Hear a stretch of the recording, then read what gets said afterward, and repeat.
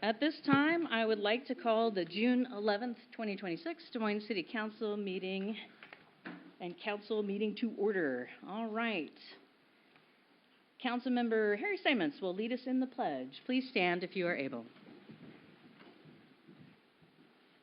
I pledge allegiance to the flag of the United States of America and to the republic for which it stands, one nation, under God, indivisible, with liberty and justice for all. Thank you. Please let the record show that all council members are present. At this time, do we have any correspondence not previously received by the council? No, Mayor. Okay, thank you. Thank you. Moving on, it's time for comments from the public. We please ask that you keep your comments respectful. When I call your name, please come to the podium. You'll have 3 minutes to speak, and please state your name and city of residence. The first person I have is Steve Shamblin.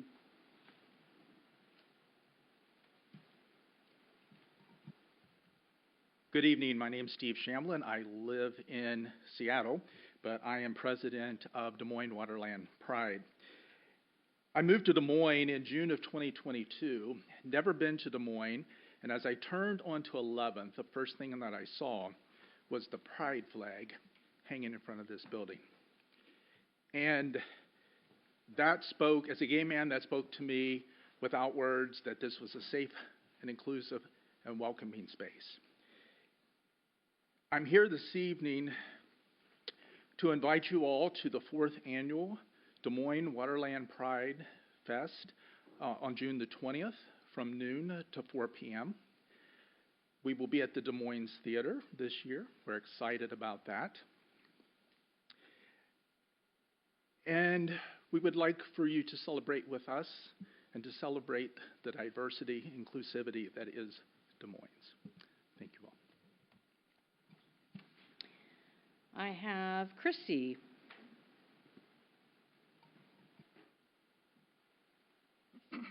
Hello. Again, thank you for this opportunity to speak. My name is Christy, and I am a long-time Des Moines resident. Last meeting, we heard Chief Bowe talk about flock cameras. He almost seemed offended that we thought that we don't trust the Des Moines Police Department or him, and that is certainly not the case at all. In fact, that never even crossed my mind. I never assumed that anyone in this community would ever use flock info to hurt anyone. But the fact is that this is no longer 2022 when Des Moines voted to install flock cameras. This is now 2026. And the Trump administration and ICE have made it abundantly clear that they will take that information any way that they can get it. The data is, first of all, going to a third party. How do we know that that third party is trustworthy? Then the information is being uploaded to an unknown server. Does that feel protected? Cities around us have discovered that when they pause or turn off flock cameras, that they are still, in fact, recording. Where is that information going? Who has access to it? No one can answer that with clear evidence. Cities have now started covering their cameras so no images can be recorded. Please don't tell me that these are safe, because we have no control of what happens to this data after it leaves Des Moines' hands. This is precisely why cities all surrounding Des Moines have suspended or paused flock cameras. Cameras being in compliance is another issue as well. Flock says that they will not record the driveway of schools. Well, there is, in fact, a camera on the Highline College campus that points to 240th Street, recording every car traveling to the school. Just because it's not recording the actual driveway doesn't mean you're not terrorizing students daily. They all see the camera as they arrive to earn their education, knowing that they're being recorded, but technically it's in compliance. I spoke to an individual during the campaign trail, and I asked how Des Moines is representing our entire community, including Pacific Ridge. They responded by saying they don't really vote, so they don't really have a voice. Well, I am here as a cisgendered, straight, white, privileged woman to scream from the rooftops that everyone needs a safe community to drive, live, and thrive in. Again, this is precisely why surrounding cities have suspended or paused flock cameras, and Des Moines is looking very naive to trust mass surveillance being handled in a responsible manner. We are also being naive, believing that simple zoning will protect us from detention centers. I will reiterate one more time. Please protect your Black and brown community more than the Marina and the Yacht Club. Thank you. Judy.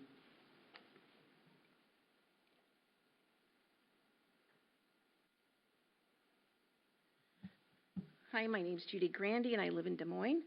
I have a question. Is attaching a device to someone's vehicle and tracking their movements illegal? I'm going to repeat that question again to make sure everybody heard it. Is attaching a device to someone's vehicle and tracking their movements illegal? Automated license plate readers, ALPR, like flock cameras, allow people with access to the data to track someone's movements. By seeing where your car has been, they can plot your movements. As a council member who was on the council when the flock safety contract was voted on, said at the last May City Council meeting, it was better to keep it kind of vague and don't advertise it. I do not recall in 2022 and 2023 seeing any articles in the City Currents, back when there were articles, about the city having cameras that were recording every vehicle 24/7. Flock safety is valued at about $8.4 billion. We pay about $36,000 for 15 cameras, which equates to about $2,400 per camera.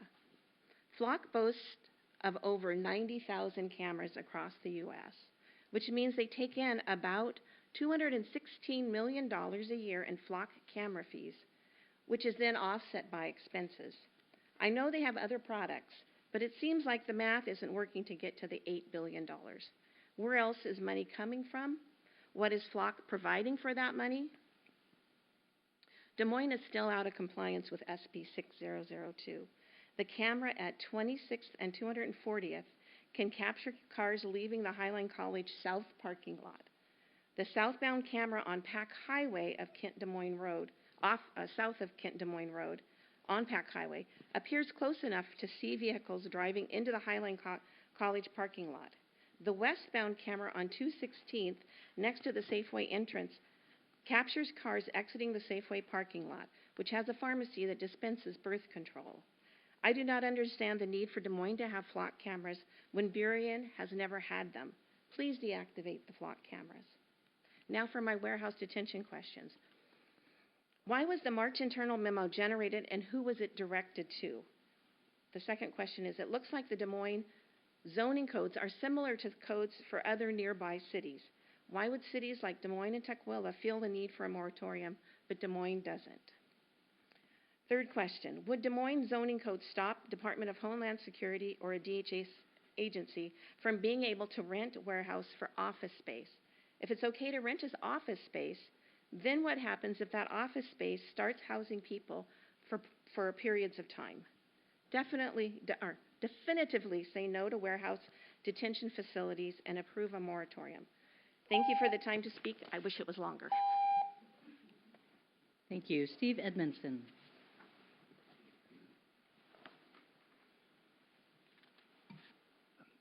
Good evening. My name is Steve Edmiston. I'm a Des Moines resident. Get right into it. I want to talk about the SAMP and the presentation that's coming up tonight. From the Port's SAMP presentation materials that are in tonight's packet, it appears there's going to be 4 upcoming public meetings for in-person comments on the SAMP environmental impact statement. That's the statement that's going to tell us that we're not being impacted by 80,000 additional overflights. One of those meetings is at June 23rd at Mount Rainier. It's unclear to me how these meetings will be constructed, and hopefully we'll hear about that tonight. Past Port SAMP meetings have been a series of poster boards around a room with Port staff standing at the poster boards.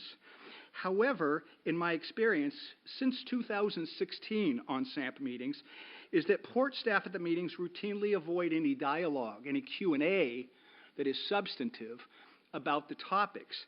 And instead, the port staff suggests that citizens should submit that as a comment.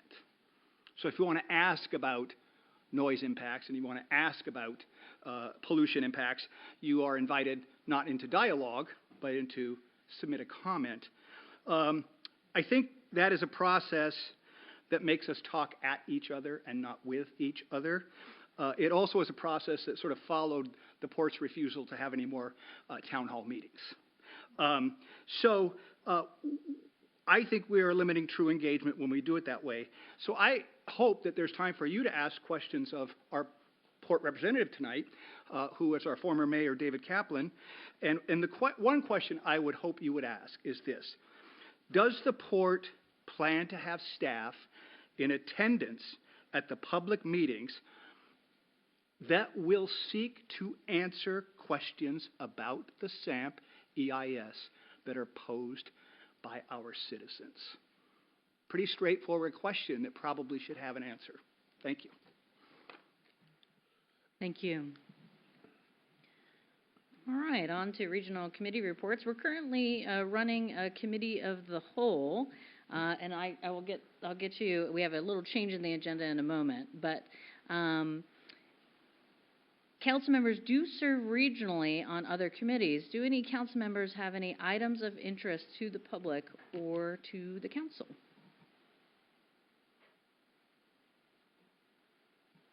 Okay. In recognition that we have representatives here to receive a proclamation, I'm going to pull that from our consent agenda and see if we have a motion to read that now. Councilmember Nutting. I move to approve the proclamation recognizing June as LGBTQIA+ Pride Month. I see a second from Councilmember Steinmetz. I have a motion and a second. All those in favor? And it looks like the count is 7-0, and that passes. Thank you. And I'll take a moment to read it now. Whereas the City of Des Moines recognizes that one of its greatest strengths is the diversity of its residents and citizens. Whereas members of the lesbian, gay, bisexual, transgender, and queer and questioning, intersex, asexual, aromantic, and agender communities contribute to our community's success and strengths in many ways. Whereas the City of Des Moines must proactively ensure that acts of discrimination and hatred will not be tolerated. And whereas the LGBTQIA+ community continues to be a target of violence, harassment, and discrimination by many, and yet continues to thrive through the efforts of the community itself and through the support of affirming spaces, agencies, and individual allies. And whereas nationwide there continues to be targeting and discrimination against the members of the LGBTQIA+ community, Washington State continues to lead in affirming the lives and values of LGBTQIA+ individuals. Whereas LGBTQIA+ Washingtonians invite all people to join them during the month of June in celebrating the resiliency of the community. Now, therefore, the Des Moines City Council hereby proclaims June LGBTQIA+ Pride Month and encourages all people in our state and our city to join in celebrating diversity, promoting inclusion and equal protection under the law, and further encourage people to join us in eliminating discriminatory policies and practices towards any culture, race, or group. Signed this day, June 11th, 2026. Yoshiko Grace Matsui, Mayor.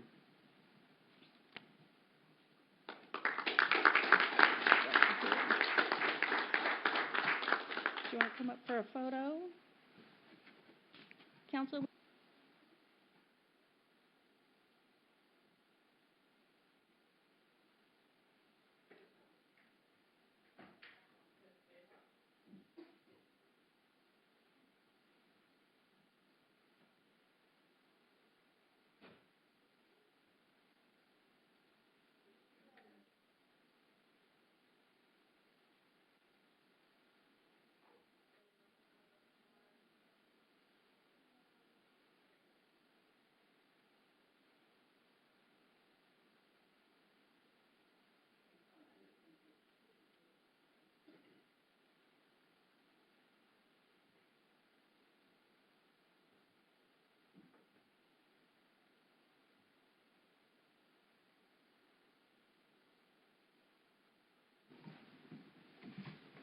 right. Thank you very much for your flexibility there. Let's move on to our city manager report, and I'll turn the meeting over to City Manager Catherine Caffrey. Welcome back. Thank you. Mayor and Council, we have 3 items tonight. The first one, I'm going to invite Dorsal to come on up from the South King Housing and Homelessness Partners. He's going to be presenting the 2027 work plan and budget. You will notice that on the consent agenda is the actual budget adoption. So I would ask that if you have questions about that, when Dorsal's done with his presentation, like now is the time to sort of address them. So hopefully we can go through consent and leave it there. All right, Dorsal. Wonderful. Good evening. My name is Dorsal Plants, and I'm the Acting Executive Manager for the South King Housing and Homeless Partners, or SKIP for short. I'm so excited this evening to present to you the SKIP Executive Board's Adopted 2027 Work Plan and Budget. This is a requirement of our interlocal agreement, but it's also an amazing opportunity to just share in some of the great work that SKIP is planning to do in 2027. For those of you who are new to our work, SKIP is your sub-regional affordable housing consortium formed in 2019 and made up of 11 South King County cities, including Des Moines, along with King County. You can see all 12 members listed here on the slide. We are a unified, coordinated, and collaborative coalition funding the construction and preservation of affordable housing right here in South King County, in addition to supporting the subregion's work and cross-jurisdictional collaboration towards addressing our shared affordable housing shortages. This is a meaningful opportunity to work together with neighboring cities to make an impact on the subregion's affordable housing shortage. And to date, we have pulled over $18 million to house our low-income neighbors or to rehabilitate deteriorating multifamily buildings. You can see our mission statement listed here on the slide. And the SKIP interlocal agreement requires that the legislative bodies of each of the member jurisdictions that comprise SKIP take action and adopt the SKIP Executive Board's adopted work plan and budget before it becomes effective. So just talking a little bit about the development process, the work plan and budget reflects the goals and priorities of the SKIP Executive Board and incorporate the review and feedback of the SKIP Community Advisory Board, the Staff Work Group, and the SOCIO Long Range Planners Group. The SKIP Advisory Board is made up of members of the South King County community and housing experts, while our Staff Work Group and SOCIO Group are made up of staff from each of the SKIP member jurisdictions. In January, SKIP staff administered a survey to the Executive Board and used the survey results to develop a draft that was then reviewed by our Community Advisory Board, Staff Working Group, and our SOCIO Group. This draft was further refined at our March workshop and was adopted at the May 15th Executive Board meeting. The 2027 work plan includes 4 goals which remain the same from the 2026 work plan, and they include funding the expansion and preservation of affordable housing, developing policies to expand and preserve affordable housing, serving as an advocate for South King County, and managing the operations and administration of SKIP. Each goal in the work plan has corresponding actions that support the work of that goal, and most goals are continuing work from previous years.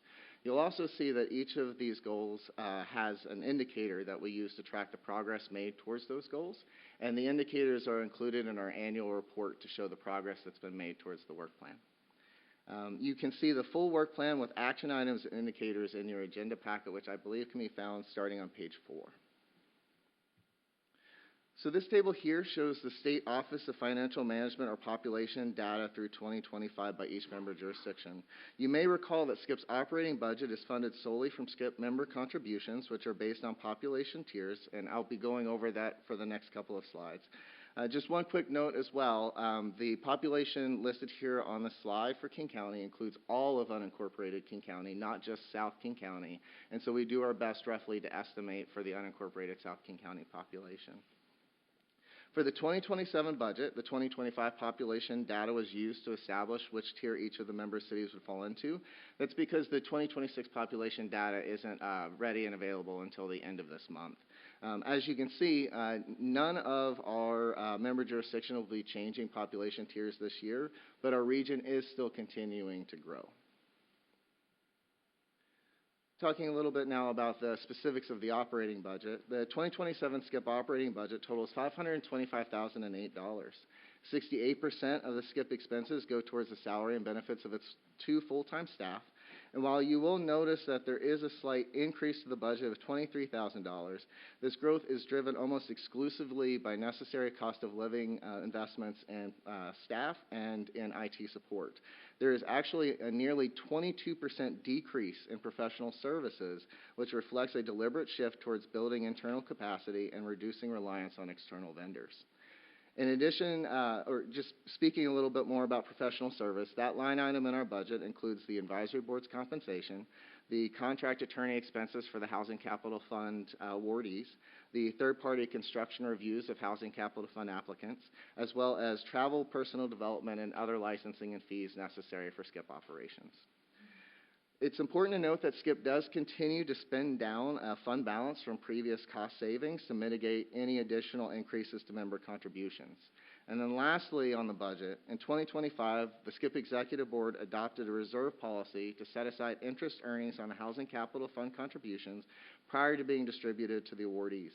Interest earned in 2025 to be applied to the reserve in 2027 will be a total of $544,744. This amount will be added to the previous amount kept in reserve, bringing the total to $1,026,983 in reserve, which you can see noted at the bottom of your budget. These funds will be used to assist in future years should there be an economic recession and SCIP members choose to pause an increase in operational dues. Here you can see the breakdown by population tiers that are proposed for 2027. The SCIP Executive Board decided and is recommending that we do not raise the operational contributions this year, so they would be remaining at the same level as 2026. It is important to note that, as I mentioned on the previous slide, we are continuing to spend down a reserve, and there's also a line in the 2027 work plan which encourages SCIP staff to begin looking at potential growth or capacity over the next 5 years for SCIP. So there is a possibility in 2028 that we may need to raise the operational contributions. I'm saying that now because SCIP is making a firm and strong commitment with all of our members that we will have extensive conversations before raising any operational contribution in the 2028 budget. So we have not raised contributions this year, and we will have extensive conversations before any further increases. So in conclusion, per the requirements of the interlocal agreement between the city and SCIP, SCIP is seeking your support this evening to adopt the 2027 work plan and 2027 operating budget. And with that, I would be happy to answer any questions. Councilmember Nutting. Thank you, Mayor, and thank you for the presentation. That was great. My only question is and I've been asked this too, so does SCIP, South King County Housing Authority, have any relationship with King County Housing Authority, which is missing millions and millions of dollars, and do they support them in any way? So it's a great question. I've had some other councils ask that similarly. We do not have a direct working relationship with KCRHA. I am in several meetings with them, and we are staying apprised of each other's work here in South King County. But for SCIP, our primary focus has been on affordable housing construction and development, which is not really an area that KCRHA tends to dabble too much in. So I'm regularly attending their meetings so that I'm aware of kind of what they're doing in the South King County region as part of advocating for South King County, but we don't have a direct working relationship. Thank you. Councilmember Simons. Yeah, very excellent presentation. I appreciate that. In the reserve fund, you're going to have over $1 million.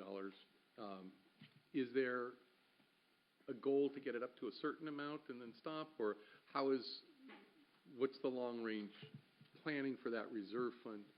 Because I like the explanation of how it's going to be spent if it's needed, but how much is going to be kept in there? It's a great question. So right now, the way that the reserve is set up is we're in a very unique place right now. What's occurring is with the high interest rates that have occurred over the last several years, as we're waiting to distribute the funds that are committed for our capital fund projects, it's sitting in our bank, and just like with any bank, it's collecting interest.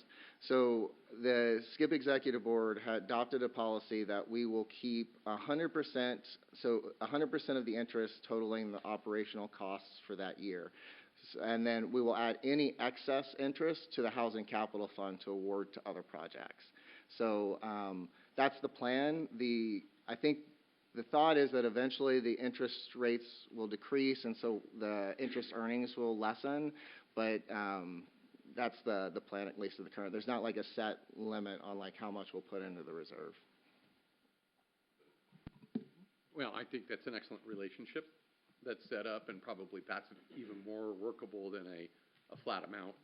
So I think that's good thinking and shows a lot of forethought. Thank you. Councilmember Desmond. I did have a question, and I'm the new girl here. So is that spending proportionate to the contributions to the cities, or is it on a case-by-case basis what you're spending down? That is a great question. So the interest is based off of the individual earnings of the cities. So we do track them kind of separately so that, I'm blanking on the exact amount, but Des Moines 1406 contribution, and then we track the interest earnings specifically from that. But we don't, when it gets put into the reserve or we put it in the Housing Capital Fund, it's one bucket. The reason we track that is in case there's like questions or you specifically want to know your interest. But the capital fund right now has just been one large bucket that we consolidate as many funds as we have available to us. We do have a priority on those funds, though, to ensure that they're distributed amongst each of the SCIP member cities with a goal to have at least one housing project in each of the cities by the first 10 years. To you. I have one for you. Thank you very much. It's good to see you again. Seeing that there's 12 member jurisdictions, are there any restrictions on where someone previously lived if they want to go to get housing at, let's say, a SCIP housing project in Federal Way, let's say?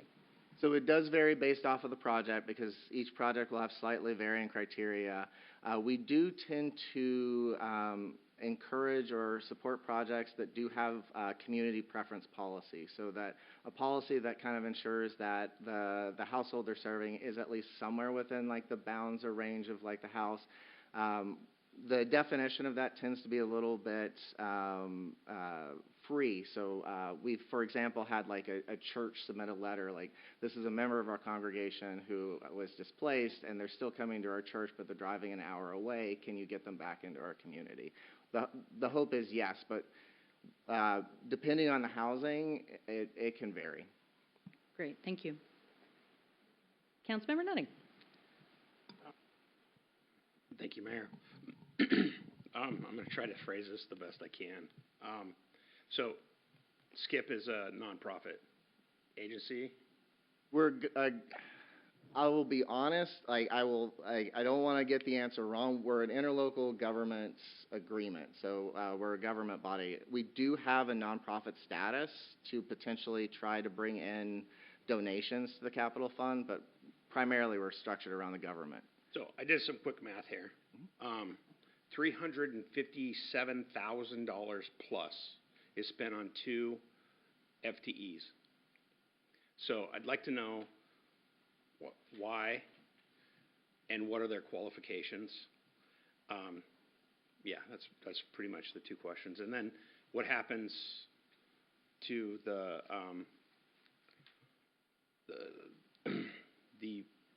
budget when they get replaced? The salary and benefits are determined by our host city. So because SCIP is housed at the city of Auburn, they actually determine our salary and benefits. It's not actually something that SCIP internally sets because we're city staff. So if the host city were to move, for example, if SCIP were to move to Des Moines and you all were to serve as our host city, our salary and benefits would align with similar positions inside of the city of Des Moines government structure. So depending on like how that position like title carries over from Auburn to Des Moines would determine exactly what the salary and benefits are. As far as experience goes, I have over 16 years of experience here in South King County providing housing and homelessness to a wide variety of individuals. Anything from doing street outreach to managing both a transitional and emergency shelter for confidential survivors of domestic violence. I've also been a property manager for other transitional housing programs that have been serving substance abuse survivors as well. And so We do have one position that is currently open, and so as you noted, there are some salary benefits there's some savings that are occurring now because currently there's no one in the second position. That is part of that spend down reserve that Skip's been using to mitigate raising the contributions. So this year, we did not raise the contributions solely off of the cost savings that we've had because of salary and other kind of benefits. So we try our best to weave it back into a benefit for the Skip members. Thank you.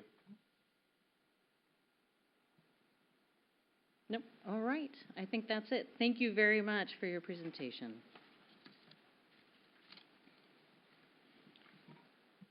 Okay, Mayor and Council, our next item, I'll invite Dave Kaplan to come on up from the Port of Seattle.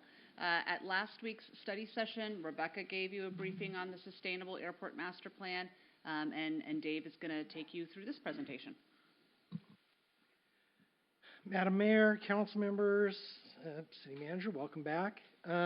Dave Kaplan, local government relations manager for the Port of Seattle, and former council member and mayor here in Des Moines.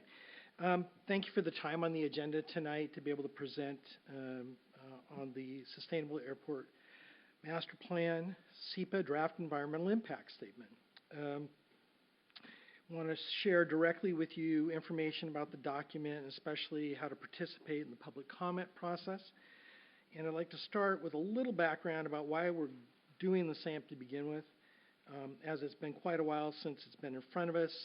You might recall, I think the last time I was here was when the FAA's environmental assessment of the master plan was published in late 2024.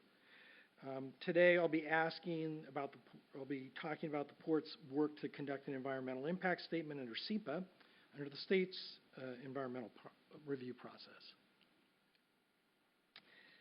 While the original terminal at the airport has been expanded and updated since it was opened in 1949, it's working well beyond its current design capacity of 30 million annual passengers traveling through the facility. Perhaps you've used the new Checkpoint 1 at the south end, or traveled through the end gates in the North Concourse, or used the flow-through passenger processing, Alaska ticketing, or if you wind up flying in the next couple days, going through our Sea Concourse expansion. And these have all helped in terms of the flow of passengers and the capacity to be able to hold people in the building. But our region's growth in air transportation, especially in passengers, has continued year over year, other than the understandable downturn during COVID. SEA handled nearly 53 million passengers last year, 52.7 million. The Airport Capacity Baseline Study, which Puget Sound Regional Council published in 2021, showed a strong correlation between the region's population growth and airport activity.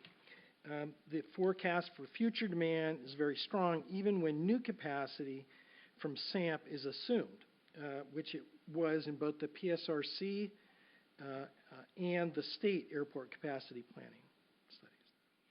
Based on forecasted demand, there will be 27 million more passenger boardings per year than SEA Airport can accommodate at a comfortable level of service by 2050.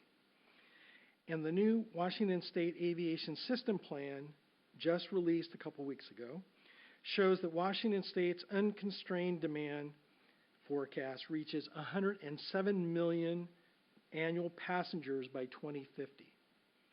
Well beyond what we can accommodate at just one airport at SEA.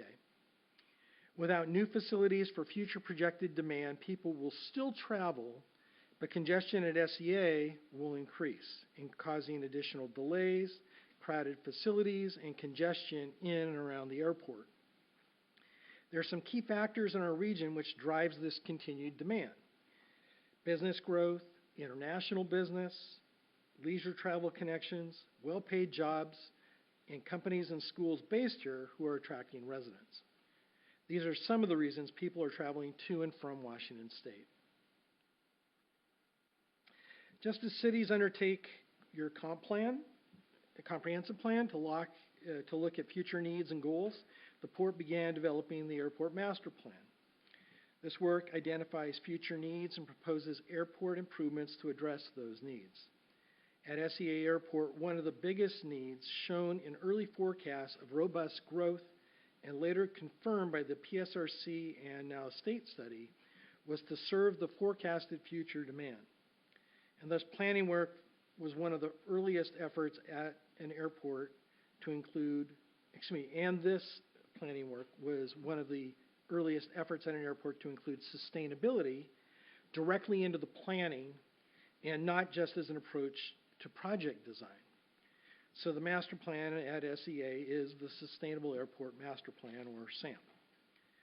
The sustainability component of the Airport Master Plan identified where we build, and how we operate in the existing 3-runway configuration. I want to briefly flag the updated timeline shown here since we completed scoping on the SAMP environment review in 2018, right around the time I started at the port, as a matter of fact, 7.5 years ago. The COVID pandemic and its effects struck in the middle of the analysis and extended the schedule greatly. Last year, the FAA completed the federal environmental review of the plan, and the FAA found no significant impact, which means that building the proposed new projects as compared to not building the projects does not cause additional effects that exceed applicable standards in the difference categories analyzed in the FAA's environmental assessment. Now, with the Port as the lead agency under SEPA, we have published the SEPA draft EIS, which is now available for public review and official comment. As you may already know, environmental review under federal and state laws is done to assess how projects, if built, may impact the environment compared to the existing and future conditions if the projects are not built, and helps decision makers and the community understand how proposed projects may affect the environment before actions are taken. It compares the proposed action, in this case the SAMP, against other alternatives that could still meet the needs and against a no-action scenario, as if no projects were built. The Port is the lead agency for this environmental review under state law. The Port voluntarily chose to go into the more involved environmental impact statement for the SAMP near-term projects, even when impacts could be mitigated. The SEPA review builds on the earlier NEPA analysis done at the FAA's direction. Then, the Port went beyond what is required under SEPA by examining a more detailed air quality analysis, including a human health risk assessment, a qualitative human health noise literature review, a qualitative literature review of particulate matter, environmental justice, and cumulative impacts. With that, I've got a short video I'd like to play.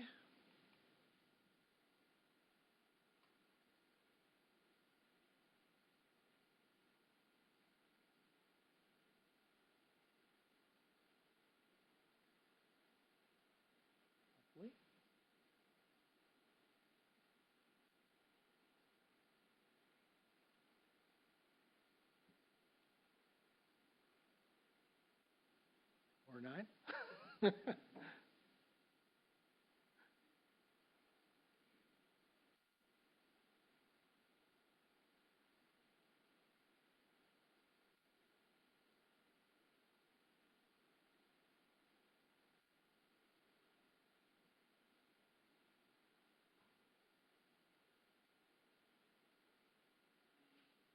Is this the original or the PDF? Okay. Well, I can send the link for the video. That'll be fine. It does a good job of actually explaining all the rationale and the environmental elements that are actually under review for the SEPA analysis. Let me step through how the document's organized.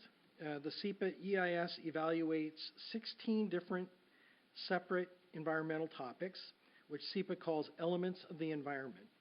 It begins with a summary and then is organized with chapters on purpose and need, alternatives, affected environment, impacts and mitigation measures, and cumulative impacts. Within each chapter, it spells out what information was in the NEPA document and what is new to SEPA. The full document and appendices are available at sea-samp.com.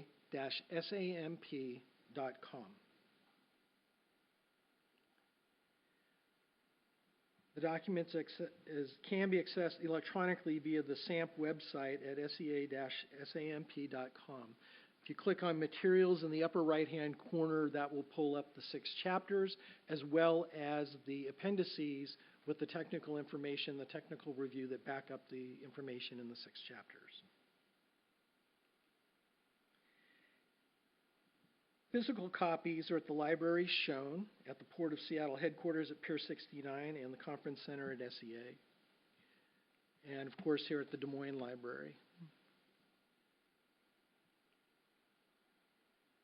The 4 public meetings, which are shown here, will be identical open house format, offered in different locations near the airport on weeknights as well as a weekend date, including one here in Des Moines at Mount Rainier High School on Tuesday, June 23rd from 6 to 8 p.m.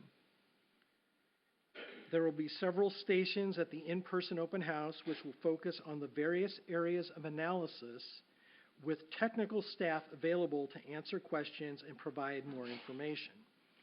At each meeting, an official hearing examiner will take comments directly from attendees who wish to comment for the official public record on SEPA, as well as printed comment forms available if people would like to write and turn in their comments. Language translation assistance will be available at all public meetings in addition to child care services. The public comment period runs from May 22nd through July 21st, 2026, 60 days, double the required comment period for a SEPA EIS under state law. Now that the draft EIS is published, our focus is on encouraging involvement and public comments in the review. For that work, we're doing several things. We've emphasized using language that stays away from jargon and is more conversational and communicating. In addition to what's on the screen and the project-specific website, sea-samp.com, you may hear me say that 6,000 times more, we'll be sending out a comment mailer to over 100,000 households about the meetings. The meeting boards and other outreach materials are translated into 8 languages, 2 more than were provided under NEPA, and we're emphasizing online translation of videos and boards with use of closed caption translation. We're expanding the Port's network of community-based organizations, many of whom are grant applicants and recipients of our South King and Port Communities Fund, and using community liaisons to engage further and help us meet directly with community members. This is what the postcard will look like, listed in the different languages. And again, the Des Moines meeting is on June 23rd. Next steps are shown here, and I want to emphasize that every comment is reviewed and responded to in the final EIS, which we expect to publish before the end of the year, unless additional analysis is needed. Also, while the EIS will be completed, it does not authorize any of the 31 near-term projects. Just as the Commission does with our capital programs, projects need to be proposed and receive Commission authorization before they can proceed. And with that, I'd like to answer any questions. We found the video. We've got the video. So You've got the... without further ado. Okay.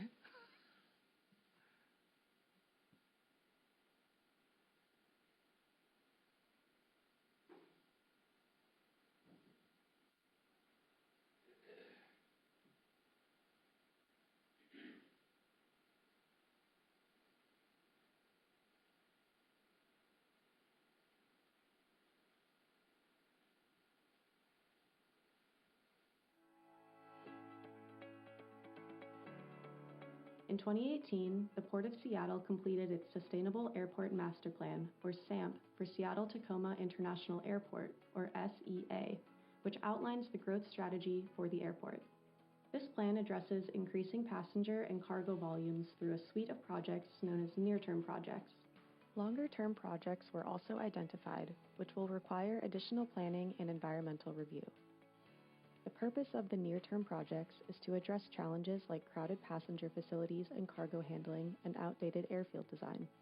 By 2032, SEA is expected to serve over 57 million passengers per year. The projects include building a second terminal and roadways, enhancing taxiways, and ensuring that the airport meets FAA standards while improving efficiency for both passengers and cargo. We're also planning for increased fuel storage, including storage of sustainable aviation fuels. These projects are expected to be completed or well underway by 2032. SEPA is expected to be complete by the end of the year. An environmental review is an important process. SEPA is Washington State's environmental review law and helps decision-makers and the community understand how proposed projects may affect the environment before actions are taken. It helps determine how the proposed project might affect environmental elements such as air and water quality, climate, plants and animals, traffic, and noise levels in local communities. SEPA environmental review identifies impacts between action and no action alternatives. Impacts expected to exceed regulatory thresholds are considered significant impacts. Where significant impacts don't occur, it is usually because impacts are limited or minimal based on existing regulatory requirements. If significant impacts are identified, the environmental review outlines ways to avoid, minimize, or mitigate these effects, ensuring projects can proceed responsibly while protecting both people and the environment. In many cases, SEA has programs in place that require impacts to be addressed through regulatory requirements or voluntary programs. SEPA technical analyses were conducted to complement the rigor of the NEPA EA. Additional required analyses included greenhouse gases and climate, earth, transportation, housing, plants and animals, and cumulative impacts. Additional voluntary analyses performed by the port included air quality, noise, human health, and environmental justice. The environmental impact statement performed for the Port of Seattle analyzed 16 elements of the environment for potential impacts and found one with significant impacts that can be mitigated by the port below the threshold of significance. This is surface transportation.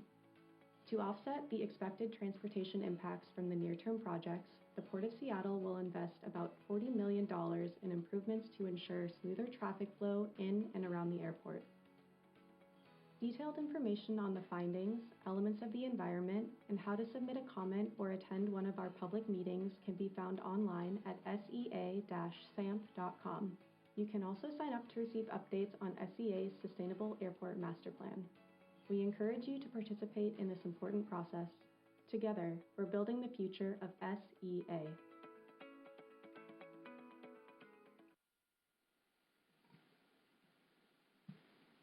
Thank you. Now, are there any questions? Council. Deputy Mayor Oxiger. Yes, thank you for the presentation, Dave. Under this expansion proposal, the Port of Seattle will spend several $1 million to process and store sustainable aviation fuel. For this year's state budget, the port supported expenditure of about $43 million on research and construction of SAF-related infrastructure. But it has become clear that widespread use of sustainable fuel is decades away. Current annual consumption of aviation fuel in the United States is about 20 million gallons. But researchers at Washington State University estimated in May that the production of SAF might reach 2 million gallons by 2030, but only if a number of variables align properly. Our community is suffering significant air quality issues now, and those will only worsen with the growth in aircraft traffic that the port proposes. Why then did the Port Commission support such significant investment on a product whose market is so far from maturity, while opposing legislation, Senator Orwell's Senate Bill 5652, that would have funded mitigation of adverse air quality impacts currently associated with operations at Seattle International?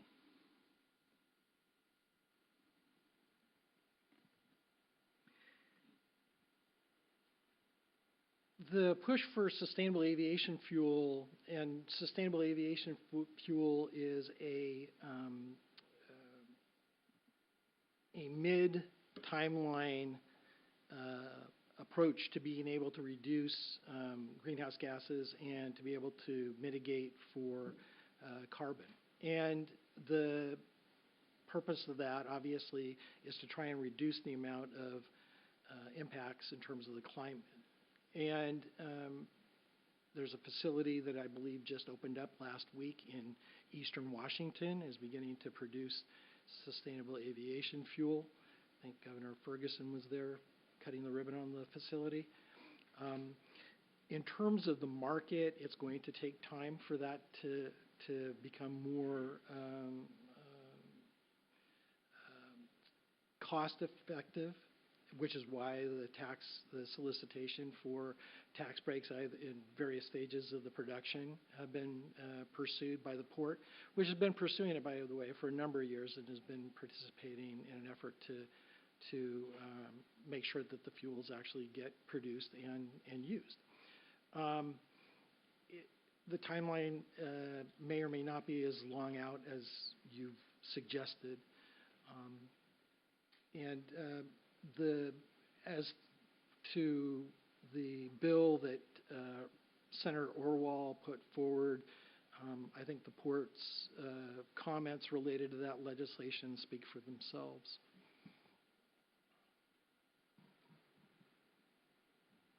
Councilmember Harris. Yeah, thank you, Dave. I have no objections to any of your presentation, but I have a comment to take back to the Empire for what it's worth. We went through this in 2018. I mean, it's virtually the same, but I've been at this long enough that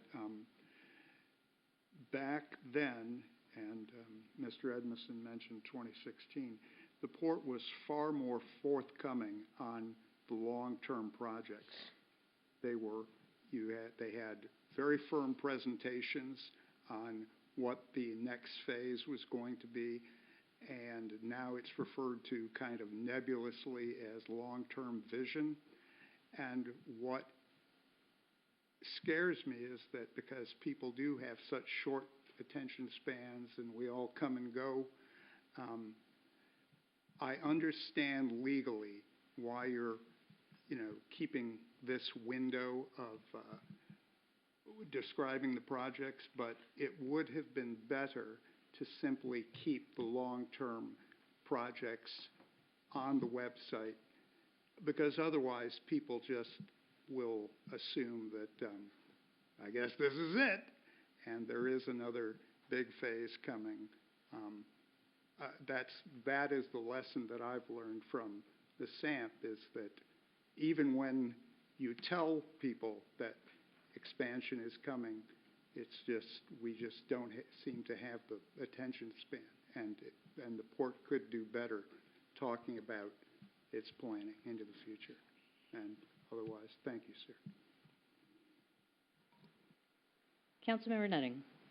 Thank you, Mayor, and thank you, Mr. Kaplan, for your presentation. You're at a disadvantage up there without a computer, so I did some research for you. It was yesterday that Governor Bob Ferguson did a ribbon cutting at Air Plant 1, owned by 12, and it's a sustainable air fuel, and in Moses Lake, Washington. So that's all I had. Thank you. Councilmember Simons. Thank you, Mr. Kaplan. Good presentation. A lot of good information. If I understood it correctly, by 2050, you're saying that the airport will simply not have the ability to service all the passengers that are going to want to fly through it at that point. You will be maxed out. Is there any long-term plan for trying to get another airport built? The development of an additional airport is in the responsibility in the hands of the state legislature, and it has been in excess of 30 years. Putting my personal hat on for a second there. it's up to the legislature to be able to figure that out. The Port Commission supports other facilities. In fact, Commissioner Cho just mentioned that yesterday on one of his social posts about support for there's going to be a need for additional commercial airport capacity. And that SEA, it's not possible for us to be able to handle all of it. So the answer is yes, there's a need for an additional commercial facility. And then sort of on the short-term end of this,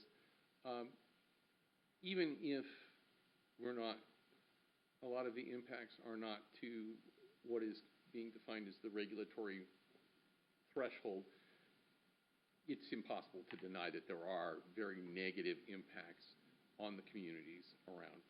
And is the port, what is the port willing to address those impacts now?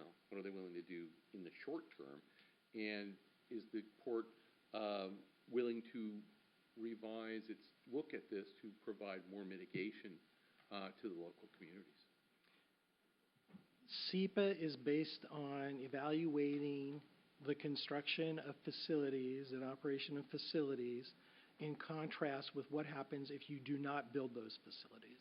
That is what SEPA measures in terms of impact. And the SAMP speaks to what that mitigation will be, which in this case is $40 million worth of transportation improvements.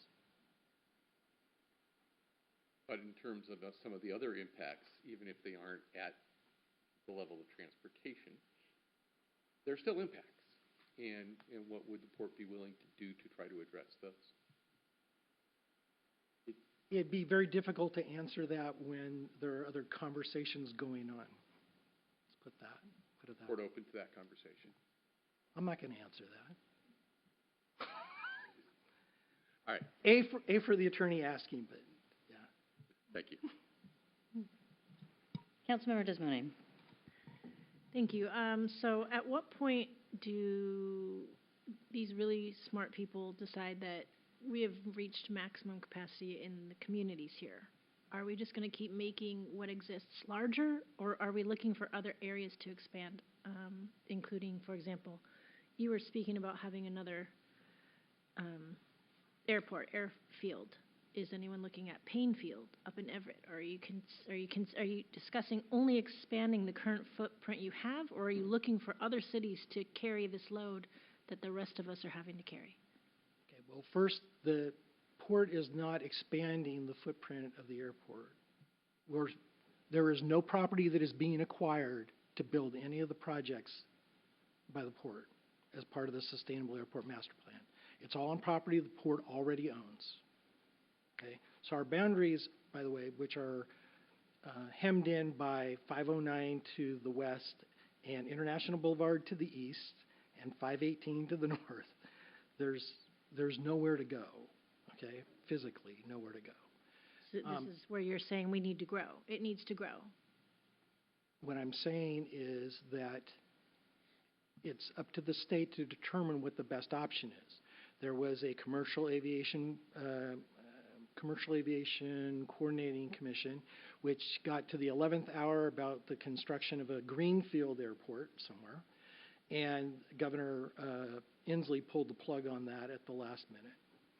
There is now a commercial aviation working group, the COG, that is looking at alternatives to being able to move people, not just the aviation, but high-speed rail and other things.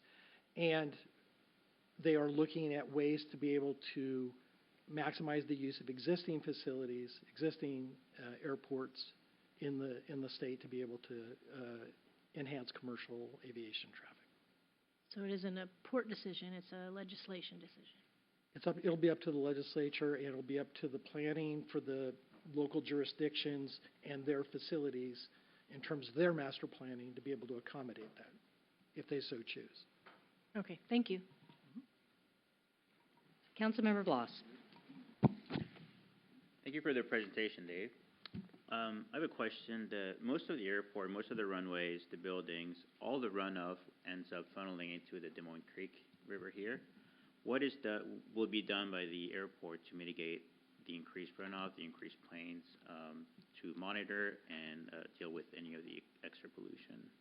Well, first, the port has its own industrial waste treatment plant, collects its own stormwater, treats it before it ever gets to Puget Sound, before it ever gets into Des Moines Creek, which not all the jurisdictions around here do. I know the city of Des Moines does because I was around when the surface water management utility was established. But other jurisdictions do not have that, but we do. The port has had that for a long time. Will the capabilities be increased for the increased number of planes and structures? There's actually a project for our industrial waste treatment facility to be expanded. There's a project underway. Actually, I don't know when it'll break ground, but. Thank you. Yeah. Also, I want to add that the port is a member of the Des Moines Creek Basin Committee and has been working on helping to improve the water quality in Des Moines Creek along with Des Moines, Sea-Tac, and at one point King County in terms of trying to improve water quality for the fish runs. Thank you. Going back about 30 years, the port outfitted more than 9,000 homes with noise mitigation packages that we call port packages. Many of those have failed, and at present there is no money to repair packages outside of a very small pilot program under which the port has not replaced a single installation. In any case, a large number of these failed port packages are in homes that are no longer within the federally designated high noise envelope, so federal funds cannot be used to fix those problems. The Port of Seattle last session opposed legislation that would have addressed the problem using state money. Is the port prepared to dedicate on an annual basis a portion of its own King County property tax levy funds so that these homeowners can finally start getting some relief?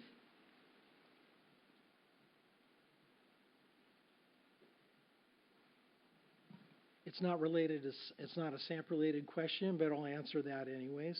The Port of Seattle has a sound insulation repair and replacement pilot program that is looking to replace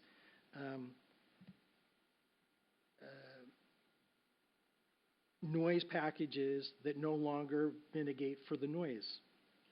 And those are within the 65 DNL footprint, the current 65 DNL footprint. Again, it's a pilot program.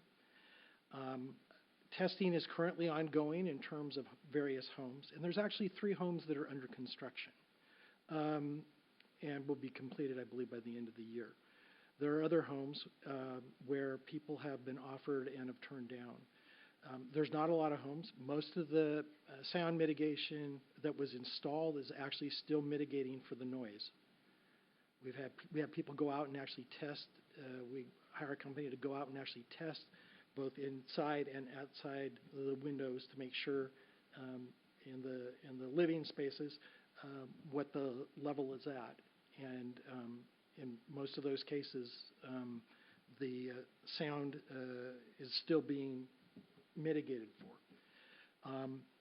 The FAA provided authorization in a letter, I want to say 2 or 3 years ago, allowing for, so beyond the CERT program, which is being funded with tax levy dollars by the port, there is the FAA authorized homes that were insulated prior to 1993 to be able to use Airport Improvement Fund funds to be able to mitigate those homes as well.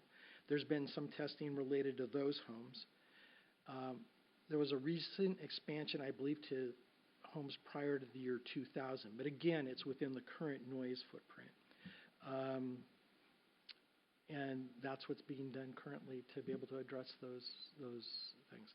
And also, just a reminder, the port supported the state fund that was established to be able to help toward the mitigation of these homes. And the legislature defunded the program as part of the budget cuts that they needed to make. So.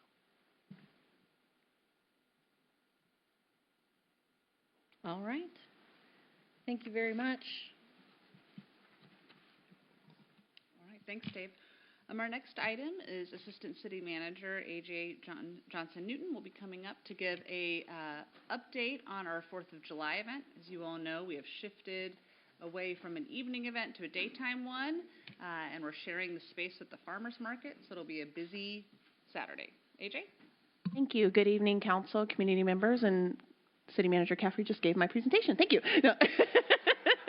Okay, so wow. while I was gone and I watched the meetings AJ did, she does these like great intros to people for their items, so I thought I'd do that for you. Appreciate it. Thank you. So just a little bit of background to get us grounded. On February 5th, I came up and spoke to council about the feedback that we had received in the Community Enrichment Services survey that we did in fall of last year, where the community had really identified that they were interested in more opportunities to connect, primarily through events. And so we discussed the 4th of July event as it was with the drone show, and then eventually council directed staff to move away from the drone show format into more of a daytime family-friendly format, which we did. And so Community Enrichment Services went back to the drawing board, and so what we are proud to have this year will be stars, stripes, and sunshine. So hopefully Washington State gets the memo on the sunshine. And so the event will differ from how it has in past years in that it's during the day, and that essentially it's a free family-friendly event that's going to occur down at our waterfront. So here's what we have planned. So we're going to have live music throughout the day. We're going to have family-friendly magic show. We'll have a Declaration of Independence reading. We're going to have multiple bounce houses, including ones for toddlers. If you have little ones, you know that's pretty important. Robobots, which is like an interactive experience. I can't really describe it, but it looked pretty cool. A dunk tank, which we are taking volunteers from the council to participate in the dunk tank, to be able to take your chance to soak one of the council members. You'll need to donate canned food, so we have this partnership with the food bank. Gaga ball, fun. Can't really tell you specifically what it is, but it looked pretty cool again. We'll have arts and crafts activities, tug-of-war, sack races, a candy cannon, cornhole, free play options. We'll have a giant Guess Who, giant Kerplunk, Tetris, tumble, all of that good stuff. And then, of course, the really important part is you get to do this all at our beautiful waterfront. While the event's going on, we'll have the Des Moines Farmers Market. Quarter Deck will be providing adult beverages. The park run will be in the morning. We'll have food trucks, ice cream vendors. There'll be a beer garden for those who are interested, and then we'll have photo booths. So really, there's really no reason not to spend the 4th of July during the afternoon at the City of Des Moines. So outside of promoting our event, the other reason that I'm up to talk to council and the community tonight is to talk a bit about why the 4th of July event, why the city went and approached the lodging tax committee for funding for that. So basically, we see this event as essentially tourism and waterfront activation, right? So we're looking to bring people, not only our residents, but people from outside of our community to come down to the waterfront, to visit the farmers market. And given that the event's during the day, we're hopeful that people, once they're done down at the waterfront, might go to the Marine View 5 or, explore the city, since there's really not a rush to leave, like maybe when you do your nighttime activities. And so essentially this is providing what we would say a destination event, right in the summer, down at the most beautiful part of town. And of course, it's America's 250th anniversary, so why not? In terms of how it ties to lodging tax, and just wanted to highlight this for the council. So in 2025, we had requested and was approved for $117,000 to fund the 4th of July. One of the messages that we heard from the council was, as you change this event, please go back and be more efficient. Don't sacrifice quality, but, try to be more efficient in the spending. And so our 2026 request was just $45,224.93. So that's about a 61% reduction. So we find that to be pretty significant without what we feel like sacrificing quality. So we're really excited about that.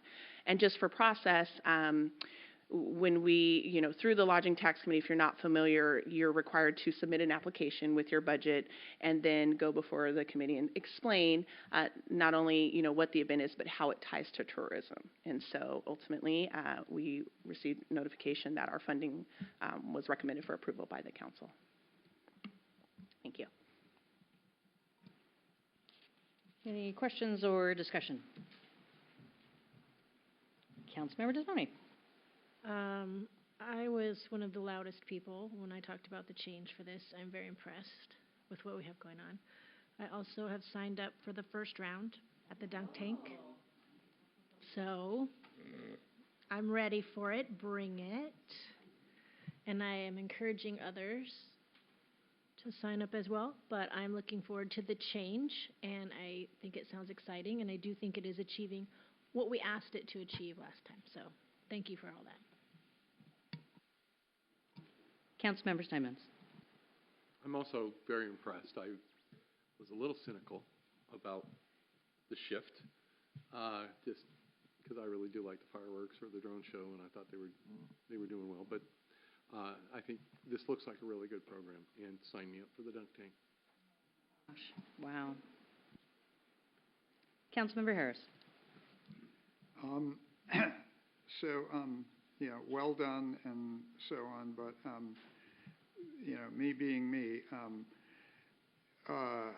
I'm hopeful that there are plans for next year to promote to the wider world on this, because, if it is tourism and so forth, we have to make an effort to talk to people other than just ourselves a little bit. I think you picking up what I'm putting down here, and there are models in our neighboring cities, and but other than that, go get them. Thanks. Councilmember Harris, I would say that we have been trying to work with increasing our digital footprint, so putting it out on events calendars. Because it's America's 250th, there are sort of aggregate sites that we've been trying to get, the word out that, hey, come to Des Moines to celebrate. So we are, point taken, right, that I do think we can always improve on marketing. But we have taken some steps to try to expand the reach, I guess. No. Don't take it the wrong way. This is, we've been doing things a certain way for forever, and it's going to take a while to. I'm just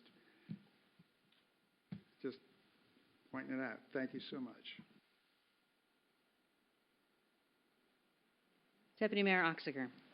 Well, it's nice to know that Councilmember Desmoni is going to warm up the tank, and Councilmember Steinmetz will raise the heat a little more.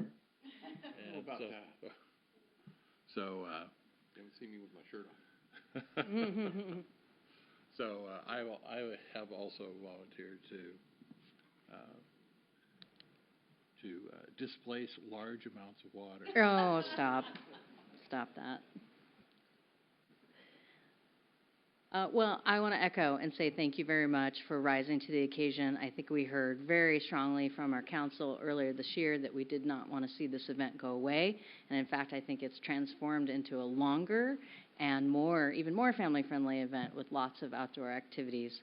We are working fairly closely with the cities of Sea-Tac and the cities of Burien to promote all of their July 4th events, including the parade in Burien and the activation for 4th of July, which will be happening at the same FIFA activation sites that Sea-Tac is putting on.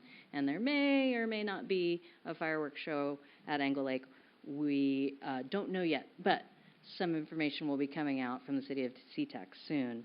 I would like to know how many cans of food I need to donate to someone to take my place in the dunk tank. So I'm looking at staff. If I pledge a certain amount, maybe someone will sit in the tank for me, and you tell me what you think, how many cans it will take, and then I will be there, and I will stack those cans right next to you as you are my substitute. So if someone would like to challenge me to raise that amount of what you think it will take, Mike or Scott, or somebody to sit in the tank. Mike's looking like, please don't look at me.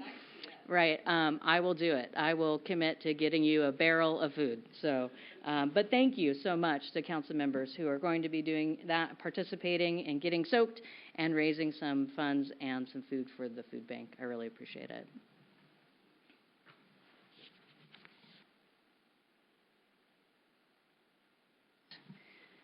Let's talk about the consent agenda with that small change we had earlier. Clerk, will you please read it? Item 1, approval of vouchers. Item 2, approval of minutes. Item 3, Juneteenth proclamation. Item 5, 2027 South King County Housing and Homelessness Partnership Work Plan and Budget. Item 6, residential conversions ordinance, second reading. Item 7, 2026 Lodging Tax Advisory Committee spending recommendations. Item 8, North Hill Elementary Walkway Improvement Project condemnation, second reading, and that concludes the consent agenda, Mayor. Thank you. Does any council member wish to pull an item? Councilmember Harris. Item 5, I believe. Item number 5. That's the South King County Housing and Homeless Partners Work Plan. All right. Let's go ahead and vote on the remaining consent items. Go ahead, Councilmember Nutting. I move to approve the consent agenda as read, minus item number 5 that Councilmember Harris pulled. Second, Councilmember Steinmetz. All right. All those in favor of the consent agenda as read, please raise your right hand until I call your name. Deputy Mayor Oxiger, Councilmember Steinmetz, Councilmember Harris, Councilmember Desmone, Councilmember Nutting, Councilmember Bloss, and myself. Motion passes 7-0. Let's go to item number 5. Councilmember Harris.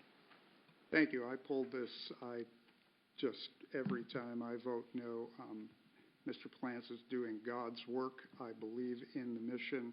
However, as structured, it does not accomplish, it has never accomplished the goals it set out to do, and so I always vote no. Thank you. All right. Let's go ahead and have the motion. Councilmember Nutting.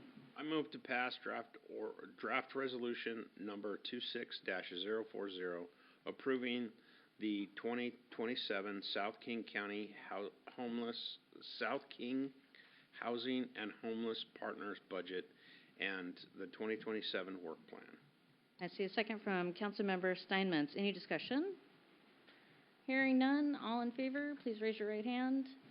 That is Deputy Mayor Oxiger, Councilmember Steinmetz, Councilmember Desmone, Councilmember Nutting, Councilmember Bloss, and myself, all opposed. Councilmember Harris, motion passes 6-1. Thank you very much. All righty. Let's go on to our next item. Is unfinished? Oh, I'm sorry. Order, Mayor. Oh, I have a resolution. You need to, not a resolution, but a proclamation. Yes. Thank you. So quick. All right. Thank you very much. Whereas on January 1st, 1863, President Abraham Lincoln issued the Emancipation Proclamation, setting in motion the end of slavery in the United States. And whereas the Civil War ended with the surrender of General Lee at Appomattox Courthouse on April 9th, 1865, and whereas this news reached Texas when Union General Gordon Granger arrived in Galveston Bay with Union troops. That was on June 19th, 1865, and he announced, "The people of Texas are informed that in accordance with the proclamation from the Executive of the United States, all slaves are free." And whereas celebration of the end of slavery, which became known as Juneteenth, is the oldest known public celebration of the end of slavery in the United States. And whereas Juneteenth commemorates African American freedom and celebrates the successes gained through education and greater opportunity. And whereas on a larger scale, celebration of Juneteenth reminds us of the precious promises of freedom, equality, and opportunity, which are at the core of the American dream. Now, therefore, the Des Moines City Council hereby proclaims June 19th as a day to celebrate Juneteenth, 2026, in the city of Des Moines, Washington. Signed this day, the 11th of June, 2026, at Yoshiko Grace Matsui, Mayor. All right. Madam Mayor, if I could ask a question of staff, will we be flying the Juneteenth flag? We can't be. I actually did not know there was a Juneteenth flag. There is a Juneteenth. Oh, we are, AJ? Okay. See, she has it. She's got it. You don't even need me. All right. Thanks, AJ. Thank you. Thank you very much. And that is a holiday, a city holiday and a federal holiday, and we hope to see you celebrating one way or another on Juneteenth. But thank you very much. And maybe that information, if the flag raising is going to happen at a certain time, it would be lovely to know what time that would be. Thank you very much. All right. I appreciate your help, Councilmember Nutting. Now is the time for unfinished business. And our first item is a review and confirmation of the strategic priorities for adoption. Back to City Manager Catherine Caffrey. Mayor and Council, this is not the this is not the last time you're going to see this, because this is going to become part of your identity and how we function. But I know we've had multiple items on this, and we're getting close to the adoption line. The purpose of tonight's agenda is really to come back and confirm some of the wording edits we got at the last study session that we went through this. And then we want to talk about sort of the plan for final adoption. But also, I know there's really a lot of eager interest in like, well, great, I'm glad we've done the plan, but like, what are we doing next? And so I've included some slides in here to sort of talk about actual implementation and action, which is where I know you have a lot of interest. Okay, so in the packet, we put in a redlined version. I'm not going to walk through all of these, but I will like pause, and what I'm looking for is like confirmation or if there are any changes. The first one was the V on Puget Sound and the vision. If you recall, actually, the council decided not to strike that, but then afterwards we found out grammatically, like, it really shouldn't be the Puget Sound when you use it in that way. So we have struck it. There was some suggestions for some wording tweaks on economic vitality. I'm going to pause for a second before I go to the next slide. There were more changes on public safety, and so there were some requests and concerns about, again, data use, privacy. So you'll see the blue language there in that second bullet point. There was a quest to sort of change the order by which we really talk about how we focus on traffic safety. And then, honestly, I think this has just become a document so many people have touched. Councilmember Bloss was like, the word community is in that one bullet point 3 times. So that is definitely a sign we've looked at it too many times. So we simply cleaned it up. And I'm actually sort of surprised Deputy Mayor Oxiger didn't catch it, because he's normally the eagle eye on that stuff. But so we've cleaned that up. And then under engaged and thriving community, you'll see third bullet point, simply one word, change, and then an additional phrasing about accessibility under the fourth bullet point. Okay. Natural and built environment. You'll see second bullet point had a mention in there.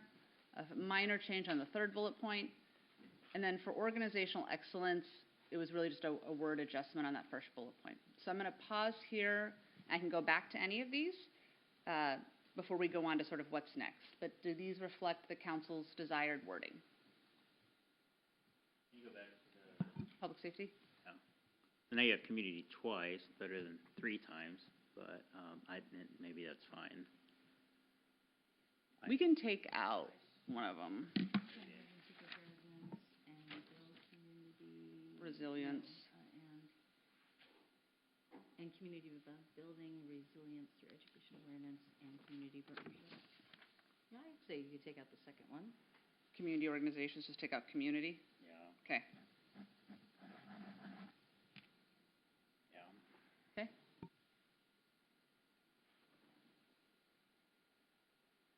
All right. Any other changes on wording? Okay. So then what happens next is you all saw sort of like a rough draft of that glossy document when we went through this in May. We will put this on the consent agenda, assuming council gives us that direction tonight, for the 25th.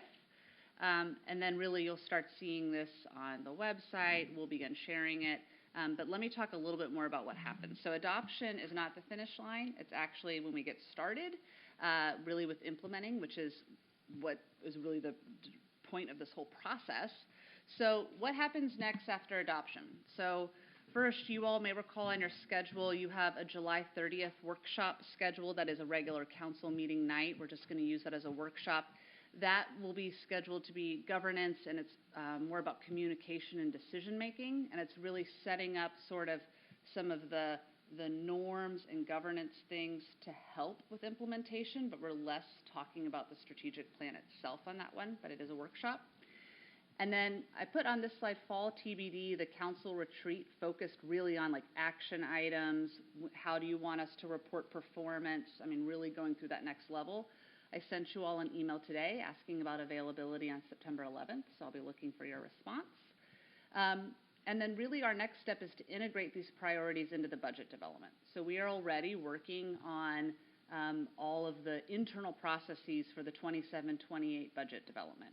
And so we will be looking to tie every budget request and major initiative in some way to these priorities. And then also, following the direction we get from council, we will be developing reporting and accountability framework. And that can look a lot of different ways. You may recall many months ago when we talked about the strategic plan, we talked about the different ways you can do reporting and accountability. I mean, you can go all the way to full performance dashboards. You can do something lesser. So at that September 11th or whenever it gets scheduled retreat with you all, we will talk about options for that. We'll have some proposals for you. But I know it's important that we show you our performance and progress on these items in a regular way and in a way that's transparent to the public. So we'll talk about that at that retreat. Beyond summer, fall, really what we need to do is we need to be tying the work staff do every day into this strategic plan. So you will start seeing agenda item language really connecting back to this document. How is XYZ that we're asking you about or asking you to give us funding authorization for, whatever, how is it actually progressing an item on this plan? Internally, I will tell you, this will also become sort of the yardstick by which I measure staff requests for programs or initiatives. It is also sort of the gentle yardstick I'll use with you all when you ask for things that may not directly align to this plan, right? Because the focus was, we have limited resources, let's put them on the priorities. And so that's where this can be really helpful. And then we will also be advancing near-term action items. So one of the things I've heard from some of you all individually most about is the downtown revitalization, whether it's zoning or what. So the June 25th council meeting, we will be having a presentation telling you the half dozen or so initiatives we already have underway to make progress on that so that you know the gears are already turning on what we're doing to begin working on that. But like I said, this will really become something you will hear about. It will eventually sort of become like, this is how we do business. And then from the council's perspective, this is a living document. So at least on an annual basis, we'll be checking in with you all. Here's what we've accomplished. Does this still reflect what you want to do? What goes off the list? What gets added to the list? I mean, this will become an ongoing process. So with that, I'm happy to answer any questions, or if there are, again, like I said, additional modifications to the wording. This is a time for questions. Let's start with that.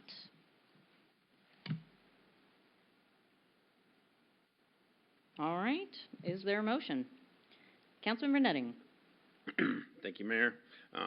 Thank you, City Manager, for the presentation. I move to direct staff to incorporate any final feedback provided this evening and place the strategic plan charting our course on the June 25th, 2026 consent agenda for council consideration and adoption.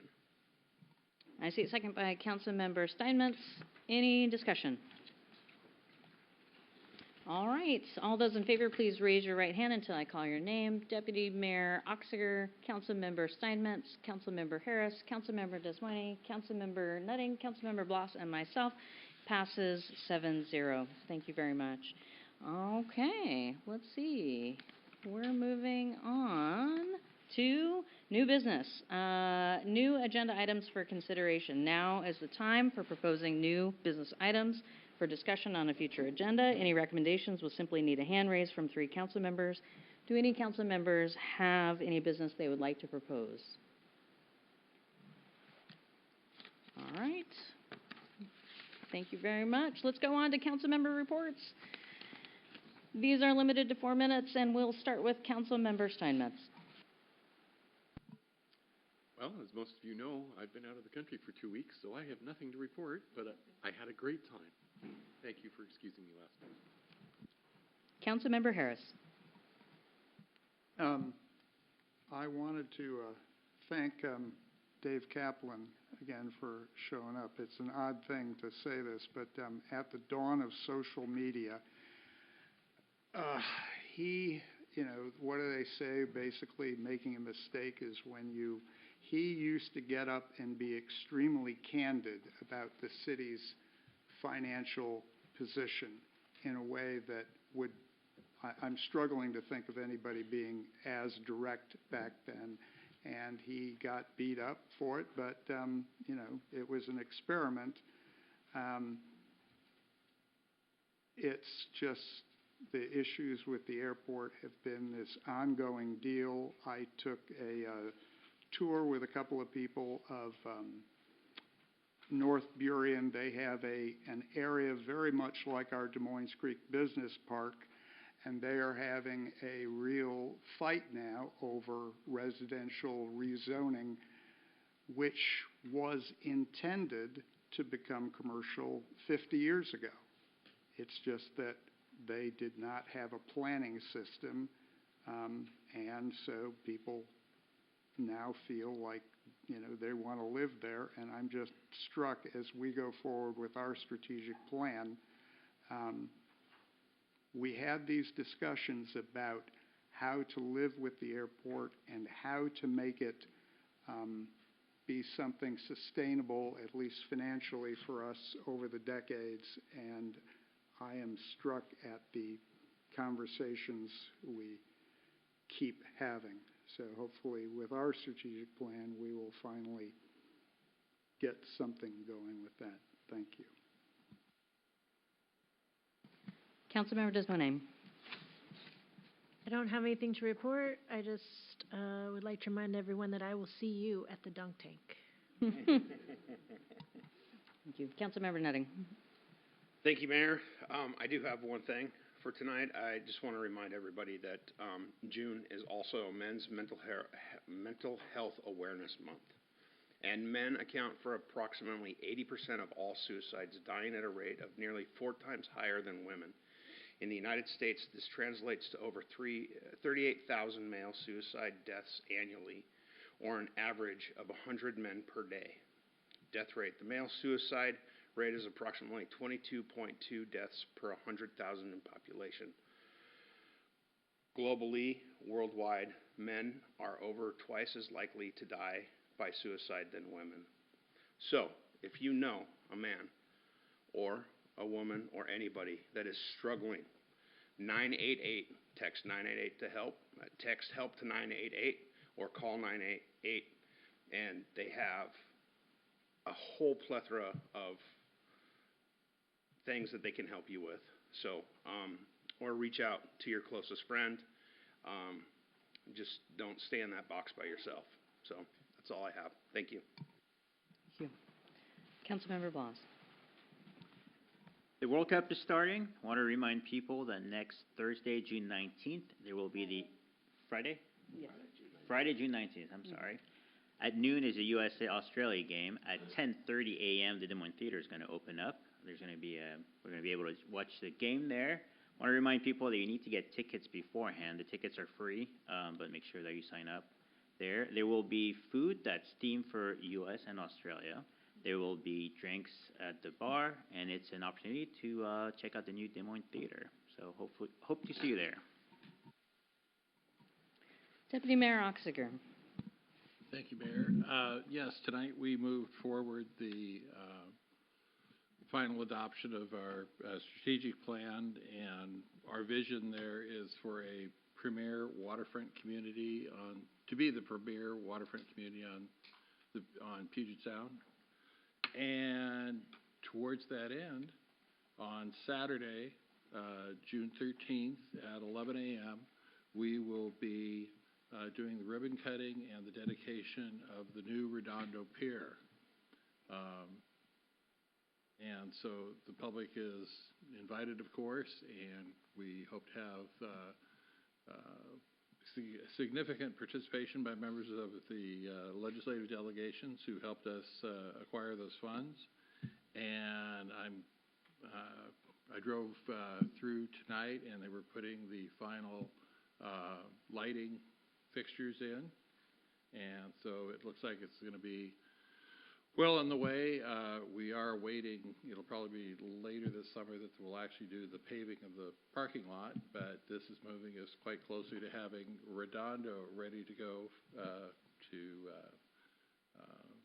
help us meet our vision for the city. So everybody's invited. Hope to see you there. And again, that's Saturday, June 13th at 11 a.m. Thank you. Thank you. As a mayor and a city council person, I went to a lot of official events in the past week, including joined by several members here at the State of the County. Was, I think, a positive message about how we connect and relate to each other as a community. To that end, I want to focus a little bit on how I interacted with members of the public, residents here in Des Moines in the past week. So we tabled at the farmers market for opening day, and thanks to Deputy Mayor Oxger and Councilmember Bloss for joining me for parts of the time there. People came to talk to us about various things. I had folks come to talk to us about the city manager's report. I had people come talk to me about traffic on 24th Avenue and pedestrian safety. I had others come talk to me about parks and recreation.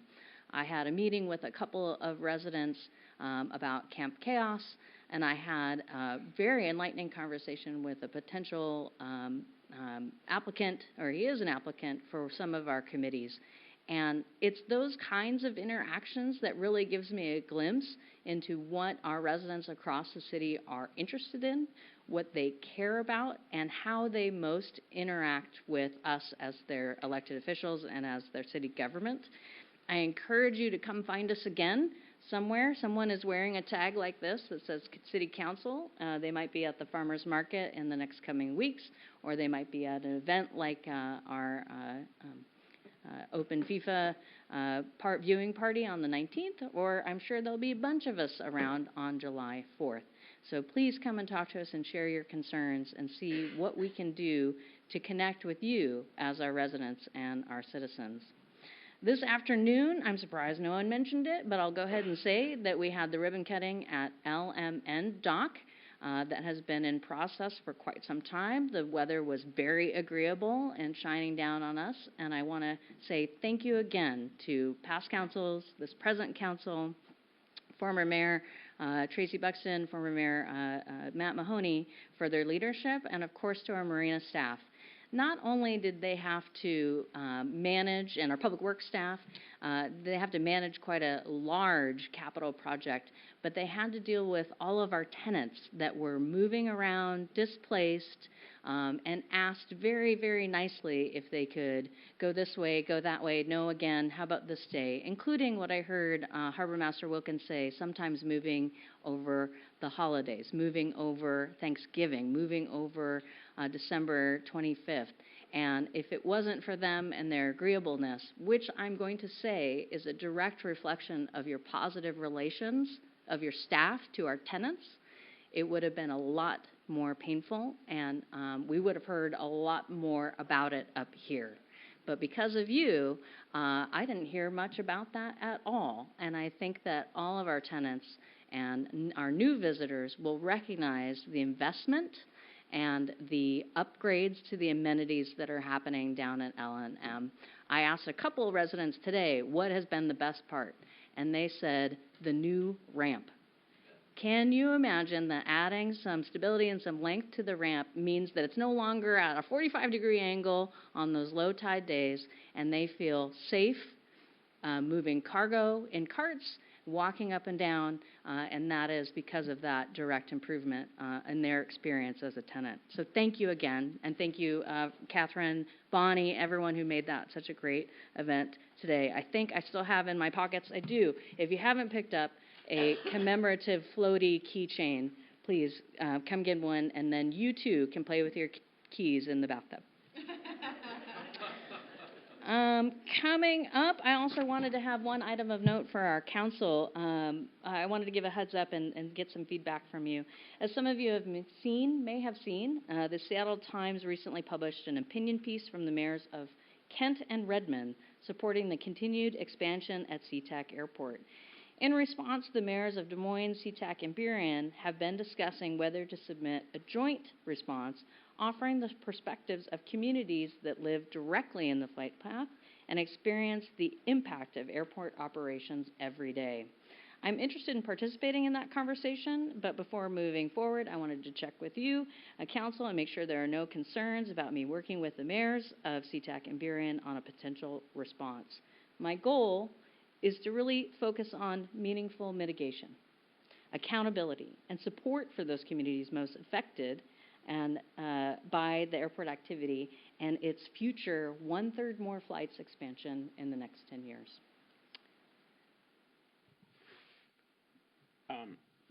Yeah, as long as, I support you in participating in that, as long as that, before anything is sent, I would suspect that it would come back to council for any kind of approval.